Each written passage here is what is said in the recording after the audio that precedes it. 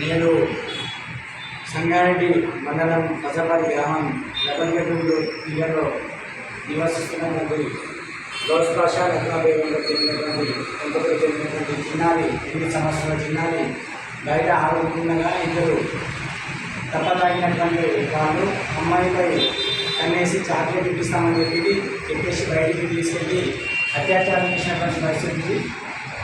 అమ్మాయి చిన్నారి పరిస్థితి చాలా విషమంగా ఉన్నటువంటి పరిస్థితి. నిన్న జిల్లా కేంద్ర ప్రభుత్వ ఆసుపత్రిలో ఉంచడం జరిగింది. ఇప్పుడు సర్వీస్ సెంటర్లో చికిత్స అందుతున్నటువంటి పరిస్థితి ఉంది.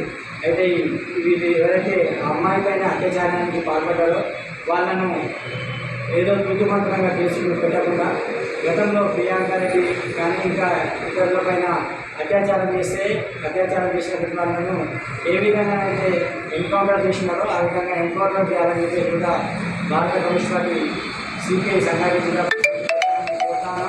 అదేవిధంగా ఫాస్ట్ ట్రాక్ కోర్టులు ఏర్పాటు చేయాలి. రక్షణ కల్పిస్తున్నామని చెప్తున్నటువంటి ప్రభుత్వాలు ఈ విధమైనటువంటి సంఘటనలు జరుగుతూ ఉంటే ఏం చేస్తున్నారని చెప్పి సందర్భంగా ప్రశ్నిస్తూ ఉన్నాం. అయితే దాంతోపాటు వారి కుటుంబ సభ్యులు పిల్లలను అమ్మాయిని చూడడానికి కూడా వీలు లేకుండా నిర్బంధిస్తూ ఉన్నారు. వాళ్ళు అయోమయంగా ఉన్నటువంటి పరిస్థితి. ఆ విధంగా కాకుండా ఒకవేళ అందరూ ఒకేసారి వస్తే అమ్మాయికి మనం ఇబ్బంది కలుగుతుంటే ఒక్కొక్కరిని అలా విడిచిపెట్టి అలా చేయించాల్సినటువంటి అవసరం ఉంటుంది.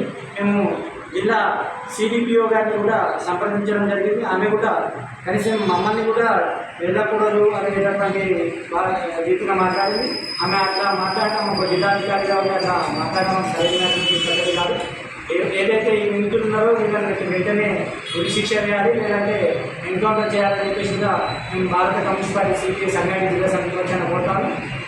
భవిష్యత్తులో ఈ అమ్మాయికి న్యాయం జరిగేంత వరకు కూడా మేము ఆందోళన పోరాట కార్యక్రమాలు నిర్వహిస్తాం. ఒకవేళ కనుక కఠినమైనటువంటి శిక్షలు కనుక వాళ్ళు విధించకపోతే మహిళా సంఘాలు పార్టీ తరఫున అదేవిధంగా ప్రజా సంఘాలన్నింటినీ కూడా కలుపుకొని భారీ ఎత్తున ఆందోళన కార్యక్రమాలు నిర్వహిస్తాం. దీనికి ప్రభుత్వమే బాధ్యత వహించాలని చెప్పి కూడా ఈ సందర్భంగా హెచ్చరిక చేస్తాం.